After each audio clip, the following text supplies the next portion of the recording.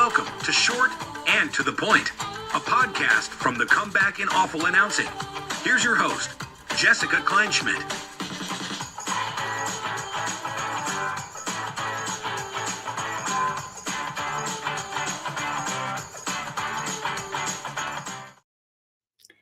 Hi, everyone. Welcome back to Short and to the Point on Awful Announcing and the Comeback. Jess Kleinschmidt here, wearing my Josh Allen sweatshirt, the future Mr. Haley Steinfeld. Congratulations to the future happy couple. I'm really excited for my guest today because speaking of New York, the non-Buffalo area, Ryan Ruocco joins me today. You've seen him literally everywhere. He does Yankees coverage, the Nets, Yes Network, ESPN, WNBA, the NBA. He was at the very forefront of WNBA coverage, and you hear his voice doing play-by-play, but he was very naive to just how big the WNBA was going to blow up, and now it's everywhere. And being able to make some of the most beautiful calls and see just how much it's blown up, and being able to have a front seat and seeing the evolution of it, and watching Sabrina Ionescu and Caitlin Clark, and of course, everything amazing going on there. He was also on the opposing end of the Domingo Germán perfect game. And by the opposing end, I mean the Oakland Athletics, the formerly Oakland Athletics 2 seasons ago were on the other end because they didn't get any hits in the 11-0 loss at the Oakland Coliseum. I was on the A's radio network broadcast doing pre and post game middle, and I had to do some in-game hits too. It was a really cool broadcast for me to be a part of history. But trying to talk to the play-by-play and color commentators on radio wasn't too fun, because when you're trying to talk about history and your guys don't get a hit, especially in an 11-0 game, isn't too fun. But Dallas Braden was on the call for TV. That didn't make it any better, but definitely an interesting game nonetheless. We got to talk about that. Of course, CC Sabathia and the rise of the WNBA and all the coverage. So here's my talk with Ryan. All right, Ryan, we're just going to get right into this, because one of the last things I heard you talk about was a chat that you had with Vin Scully, and it resonated with me because authenticity to me is very important. I think you can be at your best when you're confident and you're authentic. And you talked about something that Vin mentioned about being yourself. And the one thing you can do is show up as yourself. Tell me a little bit about the talk that he had with you about showing up as yourself in the dugout, in the clubhouse. What was the message he gave you? Yeah, he actually he told a story about meeting Red Barber for the first time, and Red telling him, remember, there's only one thing you can bring in the booth with you that nobody else can, and that's yourself. And I just think it's such a great piece of advice. Now, Vin took it to an extreme where he literally wouldn't listen to other broadcasters. Yeah. He wanted to uniquely broadcast the game his way, what he thought was authentic to him. I don't think you need to take it to that extreme. I think you can listen to other people. And then, you might pull different things in different ways from different people. But at the end of the day, you have to be yourself. And the truth is, and what Vin was getting at, which is what Red told him, is that it's the only thing that is absolutely definitively going to separate, right? Like everything else can be duplicated and isn't your own, but whatever makes you is. And I also think one of the ways I internalize it is when you are on the air and you're talking extemporaneously for hours upon hours upon hours, if you are trying to put on any kind of an act, you're going to expose yourself at some point, and the audience is going to pick up on it. And so really what there has to be is just a comfort level with you being you, whatever that means, and if that means leaning into, whatever your level of humor is, whether it's, sarcastic, whether it's kind of silly, whatever it is, whatever is genuine to you, you just have to lean into that, because that's the only way you're going to be able to go through those hours upon hours of being on air with the audience really buying into what you're saying. Or was that easy for you at the beginning of your career? Because I know at the beginning you want to be the next XYZ. You can't help but compare yourself, especially nowadays we're so obsessed with social media. How were you able to do that early on, or did you have to learn it as you went? Yeah, it's kind of twofold. Like on one hand, I had to learn it because, you're just used to hearing the cadence of certain broadcasters, right? And it's kind of in there for you. And so there's going to be some part of you that is trying to replicate that or duplicate that. And of course, there are things you take away that you learn from other people. Like for me, a lot of times, like when I would do football on the radio when I first started, my cadence I learned from Bob Papa, who does Giants radio and has for years. And I'm a big New York Giants fan. And so like that was just like the way I did my cadence. I was like, that's how I learned listening to Bob. Yeah. That was going to kind of be in there. Then this is a funny story about this actually. I did a baseball game my junior year. And we really had just started doing baseball at WFUV at Fordham, or maybe it was my sophomore year in the summer, whichever one it was. We'd always done football and basketball, but that year we were starting to do baseball and softball as well. And there was a game tying 3-run homer that Fordham hit in a game. And I go, back at the track, at the wall, we are tied. Now that is verbatim Joe Buck's call, right, or Jim Leyrit's home run off of Mark Wohlers in the 96 World Series, right, in Game 4, which is, for me, my first championship of a team I had growing up. And so my mentor, man who's now 87, who ran WFUV at the time, Bob Aarons, who I learned, he really taught me the craft and the art of play-by-play. He pulls me into his office and he's like, Ryan, you cannot copy an iconic call word for effing word, like, and so like that, and that's how Bob talked, by the way. That's not me deciding to go up and up. But that was how Bob talked. And so anyway, like I had to learn, like, oh yeah, that's obviously not cool. Obviously now, doing this for as long as I have, I would never do something like that. And even like there are moments where, like, I'm never gonna punctuate a big bucket with the word bang. That's my point. Like I'm not going to punctuate a big bucket with like, yes, that's Marv Alberts. Now, over the course of a game, could I accidentally say something? Like it actually happened to me last week where I was like, oh, he bangs it in from 3.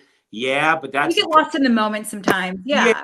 And that's different than like punctuating it, but as far as like being comfortable on air, being myself, I really feel like I had that right away. And that I attribute to my parents because they just gave me such confidence to speak with adults when I was a kid. Yeah. And, that kind of trickled out. So I'd be like, I was 10 years old. If I was at a cocktail party with my parents for whatever reason, like my dad used to work for the NFL. So we go to the Super Bowl and they have these different functions. And I'd have no problem like asking Jason Sehorn and Danny Cannell what happened in the game they lost to the Vikings in the play, like that. And so for years and years and years, my parents like always empowered me to speak to authority or adults with confidence. And I think that actually gave me confidence then to be myself on air because there was a feeling of, no, like I don't need to cede to anybody. Like who I am matters and I'm going to express that. And as long as it's authentic, it's accepted by some, it's not others. That's okay. Where did the confidence come from to ask the questions? Because when you go up to Sehorn, he has the background in football to ask him those things. So as a reporter myself, I played baseball as long as I possibly could in softball, but I'm not going to say that Dallas Braden and I have the exact same resume. Where does the confidence come to be confident enough to say, I don't know these things? I think curiosity, like I've always been. So I'm trying to think what Super Bowl that was, what playoffs they blew up. The Giants blew a really big lead late to the Vikings and lost. They like gave up an onside kick too. And then I saw Danny Cannell was their starting quarterback. It might have been 97. And Jason Sehorn, and I saw them at this party and I was like, I'm 10 years old, but I was genuinely curious what happened at the end of that game, and just because I always felt confident speaking with whoever, because of the way my parents had brought me up, I was like, I'm going to engage on this curiosity and try and figure out why. And I think that a lot of that still serves me to this day. Like I'm genuinely curious about people, and always want to learn. And I do think a lot of times too, people are comfortable getting into things as long as, they know you're coming from a place of, kindness and curiosity and not salaciousness. And when you're covering multiple sports, or I mean, in this case, announcing, how do you differentiate? Do you have to have a different mentality in each one of them because they're different sports? Yeah, I think so. I mean, I think that everything takes on, some similarities and some differences, right? Like, if I'm calling a college game, for example, I do women's college basketball, do through the Final Four national championship. I'm not going to be as critical of certain things for collegiate athletes that I am professionals. Like to me, there's a difference between being a student athlete and being a professional athlete. With different sports, with baseball, obviously, as you well know, there, with 162 games, you are going to not get too high or too low about certain things in the way that maybe you would react to a little bit more in a season that's a quarter of the time, like WNBA.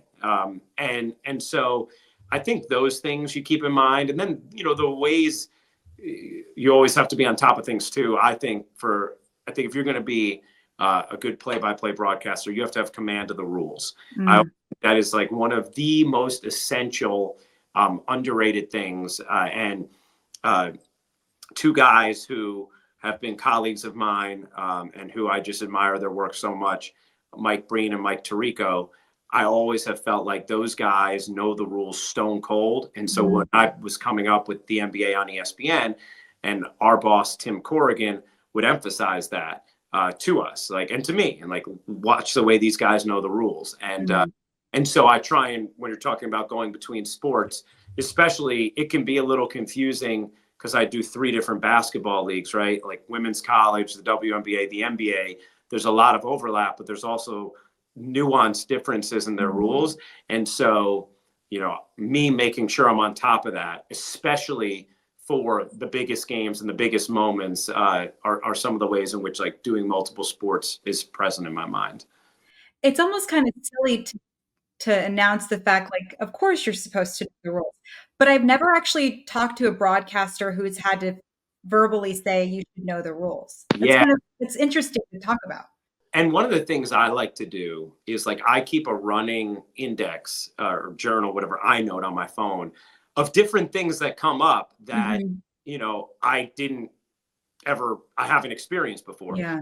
I feel very confident in how I know the rules. I think it comes across on the air. And yet there are multiple times a year where something comes up that's the first time I've experienced it. And my thought is always this: if me, someone who takes an active role in studying these rules and has to do it for my job, if I'm being exposed to something for the first time that often, then the audience definitely is going through that a lot, right? And so it's just kind of on us to be able to guide them in the right direction. And then also, when something comes up that is incredibly tricky or specifically nuanced, being able to have the resources to go to, and rather than saying the wrong thing, say, you know what, we're going to check on that. We actually had something come up in an NBA game I did earlier in December, where the Nets were playing the Bucks, and there was a foul call that was correctly called on one player on the Nets, but they missed that another player on the Nets actually came with a windup and hit the Bucks player in the face. Now, they didn't end up reviewing it, but I was like, wait a second, what would they do if they reviewed this? Because the foul they called was actually correct, but they didn't see the added contact that probably would have been a flagrant if they had called the foul on that player. How would they adjudicate it? Because what they initially called wasn't incorrect. The guy got hit on the arm by player A, but player B got in anyway. So what do? It's halftime. One of the officials, Ed Malloy, is about to walk to the locker room. I say, Ed, can I grab you for a second? I ask him the situation. He says, yeah, here's what we would have done. We actually if we were going to the monitor to look at that, we can still call the personal foul on the initial player. Then we can add either a flagrant foul or a technical foul. If we add the flagrant, then Damian Lillard is actually going to get 4 free throw attempts to make 3. You know, like, so it's just like stuff like that comes up that you have to kind of be a nerd for, but you never know. Like in this moment in the game, it was fairly benign, and it was easy for me to be like, you know, hey, Sarah, you know what? Sarah Kustok, my outstanding partner on Nets games. And I you know what? That's a good question. I'm not sure how they do that. Let's find out, you know? But now, if it happens in an NBA playoff game, I'm glad I'm going to be able to say, well, here's what they would do. Because I think when you can say it with confidence quickly, obviously you're informing the audience. I think you're also building trust with the audience in those moments. When you say you're a nerd about it, that means you're complimenting yourself. Because when you're a self-described nerd, you're like, oh yes, I'm all about it. So I was going to ask you, to do that in real time must have felt really good. That must have been fun for you. Definitely. I love when rules things come up. I love it because I study it, because I'm a nerd for it. I think we had a game last year, me, Richard, and JJ on the NBA, where JJ was like, hey, Richard, isn't it great to work with a rules analyst? And I was like, I love it. You've melted my heart. Like, you couldn't compliment me more. But yeah, like, and what I'm really grateful for too is, you know, the person I work with most, Rebecca Lobo, who's just incredible and one of the closest people in my life. She knows the rules inside out. Like, she is unbelievable with the rules. So she is, you know, often able to just like dive right in on a rule, or we're able to communicate with each other about something like without even being on the air. We have that kind of secondhand communication at this point in our relationship. So like that also helps a lot. When you have a broadcast team, it's kind of cool to watch like all the elements come together. Sometimes you have like a rules heavy broadcast, or you just kind of see it all kind of coagulate. When you see all these Tetris pieces come together and you kind of feed off of each other, what does that element and that dynamic feel like sometimes? Feels like a team that's winning, you know, and all of us who are athletes like yourself, like, I'm sure there are parts of you that miss that. I know for me, who play baseball, I miss that. And I think what we do is sort of the closest proxy to that experience you can have without being a coach. And that is, you are doing something in which you are feeling and sort of engaging with the energy of the game, right? Like, the energy of the game is coming through your voice. Like, you're in it, you're experiencing that. And then you're also working with a team to help bring those moments to life, to help make those moments make sense, to help explain the why. And there's nothing more gratifying than in our business, I think, than when you feel you're connected in those moments. You've covered all your bases, you've served the audience, you've helped amplify a moment. And especially when it happens in bigger moments, like, you know, there's a intoxicating addiction to that feeling. And I feel that all the time, especially in big games. And I really, like this past year in the WNBA finals, like I felt that so many times with Rebecca, where it was just like, and our producer Ian Gruca and director Adam Bryant, where we just like Holly Rowe sideline, the way we're all just like tied in, connected, and, you know, you're prepared for things and they come up, and then the way you're able to adjust to the uncertainty and just like also leaning into the joy of it all. It's just a very connected experience. I love that. I want to talk about this awesome, I believe it was an Instagram post, and it was your little girl who was watching TV, and it was you and Rebecca Lobo, and she was like waving at the TV. And to talk about how close you and Lobo are, to just have that family literal element and to bring that home with you. And obviously there's so much more to it, just to have your little girl a part of that. What's that been like as well? It's amazing. I mean, my daughter Evie is 3. She is the light of my life. She's just the best. Like and she is so adorable in how she now like asked me about my broadcast. My broadcast. Forever, she thought I was one of the people playing. Yes. So my wife would like turn on the game, and she'd be like, "Run, Daddy, run, run!" And she'd start like running back and forth in the living room, like, and hearing my voice. And now she knows I'm not, but she'll still, like, she does in that video, be like, "Hi, Daddy, hi, Daddy." And she loves Rebecca. She loves Holly. She loves Drea. She's always asking me about them. She always wants to Richard. She always wants to FaceTime when I'm in the booth with them. And then, like, if I'm going to a broadcast, she'll be like, "Daddy, tell your friends I said hi." I will, babes. But it's super special for me. And I think, with Rebecca specifically, something else that I really appreciate, Rebecca's a mother of 4. Wow. And I think for so many of us, we're in our dream jobs and love what we do.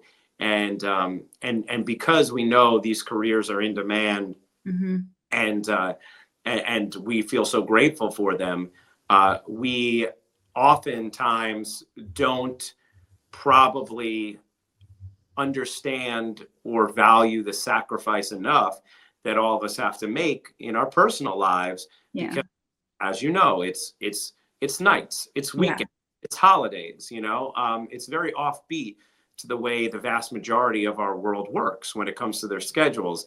And so, I think what I have found so incredible is because I have a partner like Rebecca, who I trust so dearly, and is, in those trenches, 4X what I am at the moment, although her kids are older now. But she understands if I'm, dealing with the guilt of having to miss something, or a crazy flight, or, just my wife and daughter are sick at home and I have to be on the road, whatever it is, there's a comfort level to have someone who you can bounce that off of and be like, "Oh," because, she knows she's been there. And I also think it's where loving what you do is so important, because if I'm going to be on the road away from my family, I better love who I'm working with. I better love what I'm doing, and obviously, sometimes in life, like, you just got to do what you got to do. And that's not always a luxury that we get to have. I feel very fortunate that when I am doing my job, I love doing it. And I love the people I do it with, like, whether it's Sarah or Rebecca or Holly or Cassidy Hubbard or Richard Jefferson or JJ before he left us to become the Lakers coach. Like, all these people, David Cohn, John Flaherty, like, these are friends of mine, you know? And that is a good feeling if you're going to be away. And it's definitely something Evie gets a kick out of engaging with too. This past year, she went to her first game. She went to a Fever Liberty game. And she just, like, got such a kick out of seeing the broadcast booth. And Holly and Rebecca were amazing with her. She's obsessed with Holly. She got to meet Caitlin Clark and Sabrina, and she was 2 at the time, so she was a little shy, but she's still so cool. And obviously, we got some great forever photos from that too. Amazing. I too am obsessed with Holly, so we have that in common. And I love that she thought you were on the same team, because my nephew thought Matt Olson and I were on, like, we played baseball together, because he was playing baseball at the time. He's like, "Oh, you and Matt." I'm like, "Yeah," just like casual. Same Totally. team. No, she's like, "Daddy, did you win the game or did you lose?" And I'm like, well, I won the game. I totally won the game. I think it's kind of cool because he thought that, like, the reporters and the baseball players, like, all were. I'm like, "Yeah, okay, sure. Absolutely. Who am I to argue with you?" No, I know. It honestly, it's cool to be able to share that with with your family members. And you know what? There's a value to that too, to do something that people in your life find fun and exciting, and that they can then be a part of at different points and experience. And so, it's like, it's cool where Evie's, like, now at the age where getting to do a little more of that. And she loves the makeup room too. Like, loves the makeup room. So this year, I'm sure I'll have her back to a W game at some point this summer for sure. Amazing. And I wanted to talk to you about the WNBA. You had this really cool quote, and you said, at the very beginning, you were almost naive to just how big the WNBA was going to blow up. And What was it kind of like? You're in the front seat, the passenger seat of watching it grow from the beginning to now. What can you say about it? Because it's obviously huge now. It's amazing. I think um, one of the things I realized very quickly doing it was that it was special, and so when I was first asked to do it in 2013, or I might have even been asked, might have been like December of 2012 before the 2013 season. As I said, I think on Awful Announcing, I didn't understand like this was an exciting opportunity or this was a big deal or anything like that. I was already doing NBA games at the time for the Nets. And so I was kind of like, okay, should I do this? I don't know. So quickly, once I started doing it, I realized how special it was. I realized how great the basketball was. I realized how amazing Holly and Rebecca were to work with. The energy around the teams and the cities, how accessible the players were and how accommodating they were, understanding the media's role in lifting up the sport. Yeah. And I fell in love with it early on in that first season. And of course, when you start it, it's not like I'm thinking like, oh yeah, I'm going to do this for 12 years now, hopefully much longer. But I just knew I loved it. And it's like, you just want to keep doing something you love. And I could tell there was something great there. And then it's like, we've seen the metrics building and building and building. And you had, some different inflection points along the line, whether it was these epic series between Minnesota and LA in 2015 and 2016, whether it was what we saw with Seattle in 2018 and Sue Bird and Breanna Stewart and Jewel Lloyd. And, obviously then what we saw with Candace Parker going to Chicago, helping guide them to that title and the atmosphere there, a place that when I first started doing games, there was no one at those Chicago games, nobody. And I'm in those 2021 playoffs and it feels like the roof's about to blow off from how loud it is and the vibe in there, and Chance the Rapper courtside going nuts, and at Copper hitting jumpers, and like, you're like, wow, something is happening here. And then obviously over the last few years with what Vegas has done and their fans and how committed they are. And then this year, Minnesota and New York giving us probably the greatest WNBA finals of all time, with New York eventually winning their first championship and both buildings, Target Center and Barclays, just being unbelievable. You could just feel it building and building. And of course, the thing that took it from this simmering fire where everything's going up and turned it into an inferno was Caitlin. And getting to witness her completely unique dynamic stardom at the college level and seeing the way it carried over to the pros. She's a supernova like we just have never seen before. And I just feel so grateful that I get to help document her career. It comes at this time where women's basketball was primed for this pop. And she's the star, they needed to take it to the top. And a lot of foundation was laid by a lot of amazing players and people in and around this league. And then, it was ripe for a star like Caitlin to come and take it to a new stratosphere. And now what I think we're seeing is, everybody else is engaging with not just Caitlin, but so many other people in the sport, so many other teams. They're totally captivated by it. And it's awesome. It's what these women deserve. And it's like, sky's the limit. Just even thinking about this past year's finals, there was a lot of different metric projections it's seen about what the finals were going to rate, because it couldn't be New York, Vegas again. And because, unless Indiana went on a miracle run there.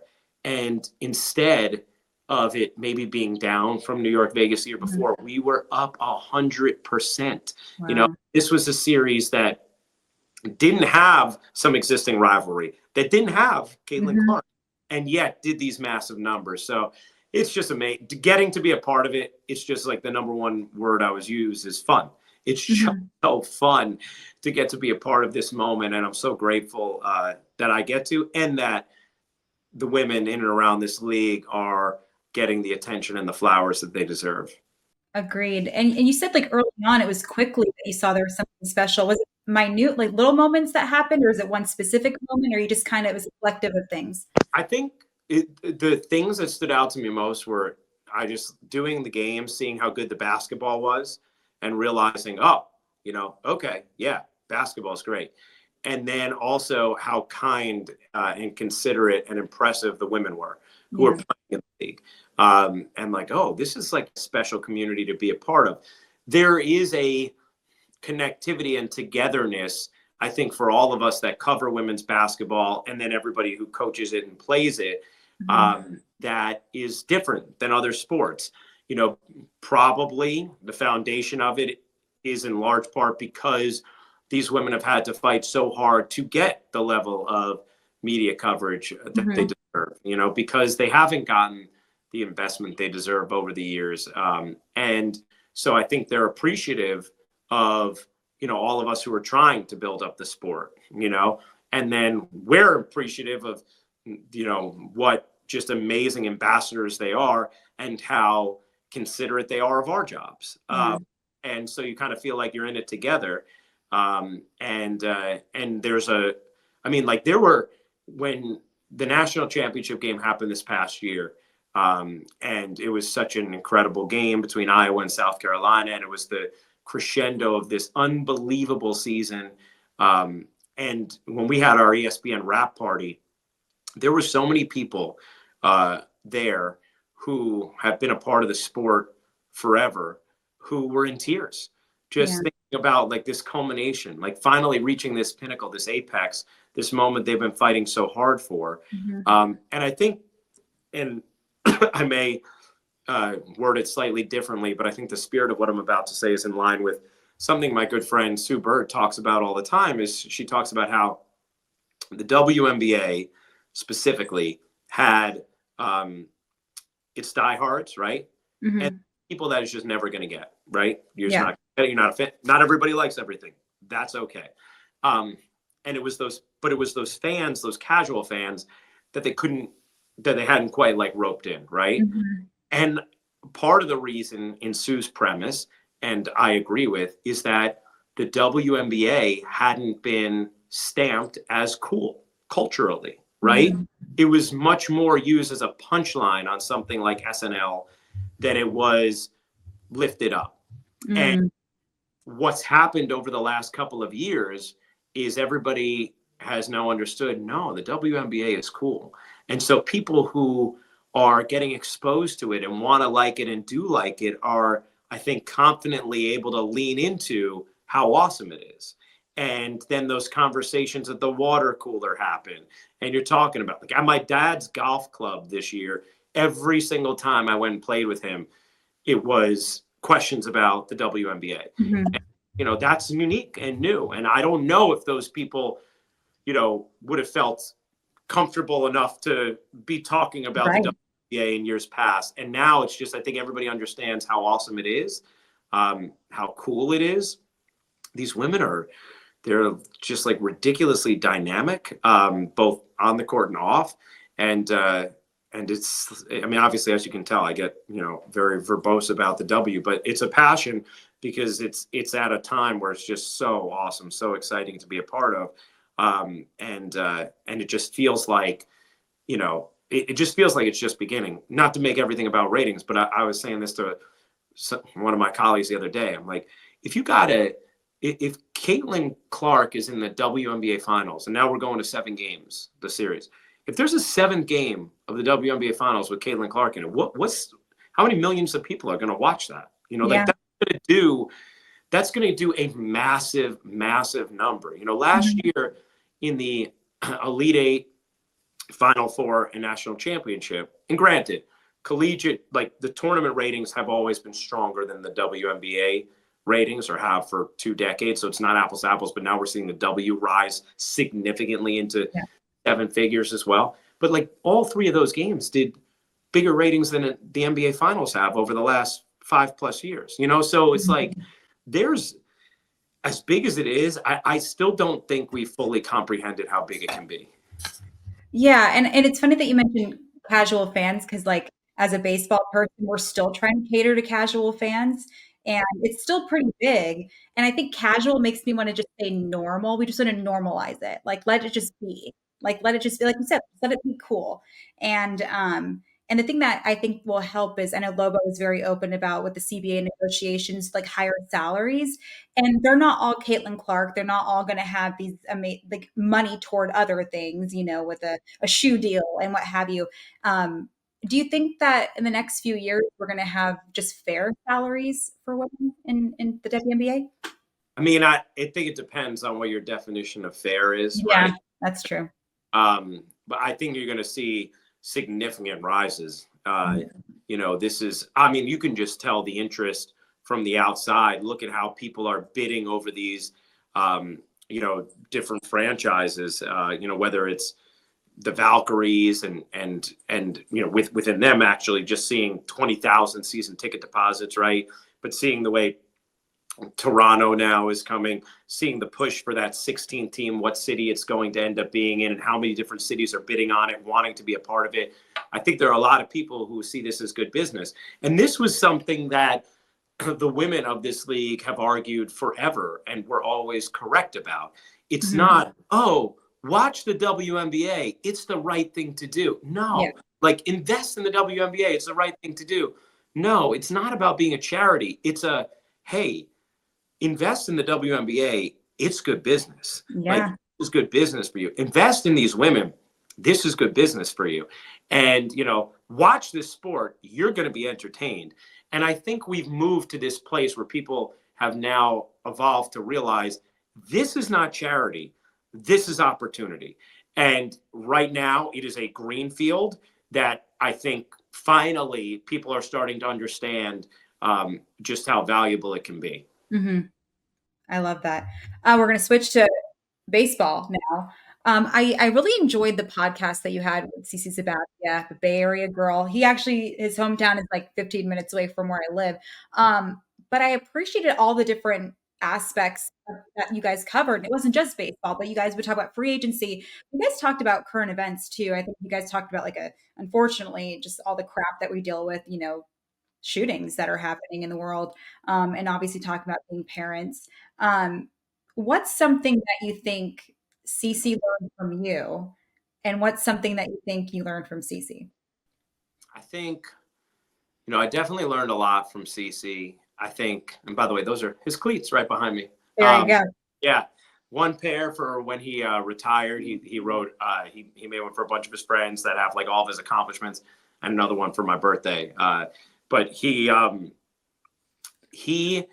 taught me a lot. I think, a couple of things I learned. One, of everybody I've ever known in my life, I think CC is probably number one on the list of being his authentic self, no matter what audience he's in front of. And so he's not going to just go along with something because he happens to be in front of, someone where, okay, maybe this is a moment for path of least resistance. Like if you say something he vehemently disagrees with, he's going to feel comfortable enough, no matter who you are, to be like, that's not true. What are you talking about? Whatever it might be, and I just appreciated how authentic he was and is in front of everybody. I also think I learned from him about family and your own nuclear, unit. And I'm lucky I come from, amazing parents. I have an amazing sister. But seeing him with his 4 kids, and kind of like the way he would call them a unit, and seeing the way he balanced this business and also his family, and understanding the way his kids never care what he did on the field. They love him. He's dad, but just the way he would ride for his kids, and even some of the things where he would tell me like his daughter, he's like, let me tell you something, man. Every single dance competition I go to, I snot tears in that audience, and I'm like, I get it. I get it. When my daughter's had one dance recital, definitely cried. And I even just, little moment. We went to Disney recently, and I'm a huge Disney World person. It was Evie's first trip.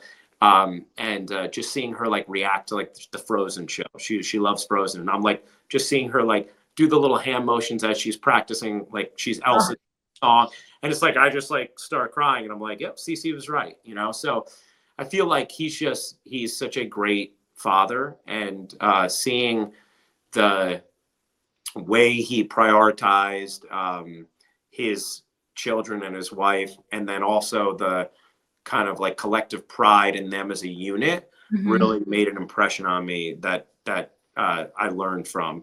And I think, you know, from me, I think he definitely learned probably an appreciation for the seriousness of the play-by-play craft, like the time I put into it and all that. Yeah. He made fun of me for the way I do my vocal exercises. But then also, you know, I think the preparation for a podcast and being able to like point guard an interview and stuff, like I think he definitely probably, you know, took some stuff from that as well. What's it been like kind of introducing podcasting into your career? Because you've been around long enough to know what your life was like before podcasting, and then it got introduced into your repertoire, and then now it's a big part of all of us now. Yeah. You know, when I got done hosting talk shows at ESPN Radio in New York, which I had done, I was doing more of that than play-by-play, even though in my heart, I always knew I was a play-by-play guy. When I was coming out of school, that was what was available. And, you know, I was growing my career with that. But I never liked the way I felt like you almost get sucked into having to make mountains out of molehills when you're doing a daily talk show. And some of that is just out of necessity. If you're going to talk for 3 or 4 hours a day, like with passion and energy and trying to engage an audience, like you're going to have to try and make some feel like a bigger deal than they are. Right. But I didn't like that feeling. It didn't feel like in integrity with how I wanted to, you know, present and communicate in media. And podcasting, I think, provides an alternative to that, where it's, yeah, you can certainly have, you know, opinionated takes, but because there's not the same compulsion to record a certain amount of times on certain days, depending on your contract agreement, and just because it's long form, you know, you have the opportunity to be more nuanced, to be more flushed out, you know, and to me that I enjoy that much more. Yeah. And I enjoy getting to talk to people and see their personalities and have conversations like this one. Like, to me, that's much more my speed. You know, I'd much rather listen to, you know, an armchair expert interview with Dax Shepard, where I feel like I'm really, you know, learning something from someone or really getting to know them, than like a quick hit moment on a talk show. Right. I think where talk shows can be great is when you feel a chemistry from the hosts and a connection to them, and then they're just like with you every day, and you're like, I don't care who they have on, I don't care what they're talking about, like I'm gonna listen to them. You know, for me growing up, that was Mike and the Mad Dog, where I was just like, I'll put them on every day no matter what. But podcasting, I feel like, is a great way to have interesting long form conversations and feel like you get to know the subjects of those conversations a little better than you could in previous mediums. So that's what's attractive to it for me. Yeah. And you look forward to the next one, which I feel is definitely important. Yeah. Last one before I let you go, the perfect game, Domingo Germán. You said you were shaking. I was shaking too. I was shaking my head at the lack of bats for the A's. It was cool though. It was a last minute fill-in for me. I wasn't supposed to be hosting on A's radio network, but very cool moment for me. I was trying to make it dramatic, but you can't from the A's perspective. We'll talk about it another time, but really cool moment for you. Glad you got to call it. I have my score sheet somewhere from that. What was it like calling a perfect game? Yeah, I have mine right over here, actually. Oh, other way. Oh no, this way. You see, it's behind. That's not intentional. I'm sorry, I can't see that behind those trophies there. That book is. This is the. Yeah. There it is in all her glory. Yeah, the scorebook, which I actually had. It's, you know, normally we don't ask for Obviously, Right. we're not asking for autographs. This is against the rules and everything else. But in this case, I was like, hey, I need Domingo Germán and Kyle Ruocco to sign this. And so I got Jeff Nelson, my broadcast partner, and then Domingo and Kyle to sign it. It, to me, growing up a diehard Yankee fan, getting to call a moment like that, history like that, it was as incredible a moment as I've ever experienced and probably will ever experience in this business. It was just, you're a part of Yankee lore. And in the moment, for me, I wasn't even nervous about how am I going to call it. I was nervous about him getting it, knowing like, oh, you're so close to this, but it was an incredible experience. I always say in this business, you get a high from certain broadcasts, right? That feeling of like afterwards where you're buzzing and you need to maybe grab a drink at the bar with your teammates and break it all down or whatever. The high from that game for me lasted for a full week. Like I felt buzzing for a full week. And I still can't believe I got to call a Yankee perfect game. Because you could go your whole career, call a million different massive moments and just never get to call one of those. There's only been 24 in baseball history. So to get to broadcast a perfect game, for it to be for the Yankees, the team I grew up loving, pretty incredible. And definitely a broadcast moment that always will be, towards the tippy top of my list. I'm definitely happy for you. Thank you. Sorry for your. It was cool that like Dallas was there too, and like it was amazing. He was in the building. Calling the game. Incredible. And I mean, the whole season was kind of a wash for the A's. It was just a weird time, but just like, I think the broadcast was interesting but like the whole thing, like history is history. You got to tip your cap when you got to tip your cap. So, but like I said, beautifully done all the way around. And on that note, thanks for joining us. But also, I'm glad I got to finally talk to you about that because it was definitely a really interesting night all around. Yeah. Oh, no doubt, Jessica. Thank you for having me and for the thoughtful questions. And this was great. I really appreciate it. Not a problem. Thank you. That was Ryan Ruocco. Covered as many possible things as we possibly could in a short amount of time. I could have talked to him forever because he's a part of so many different things and different teams, and he's seen a lot over his career. And I love an East Coast guy because East Coast sports are very different from West Coast sports. Also, I didn't realize, I was talking to a friend of mine who covers and calls games on the East Coast. Apparently us on the West Coast, they view us as like super like gnarly bra. Is that right? Gnarly? Shaka bro. I don't know, whatever it's called. But they view us as like super laid back and chill about things, which is the complete opposite of what I am. I'm insane. I'm neurotic and weird and crazy. But I guess we're more chill and laid back about things in their eyes.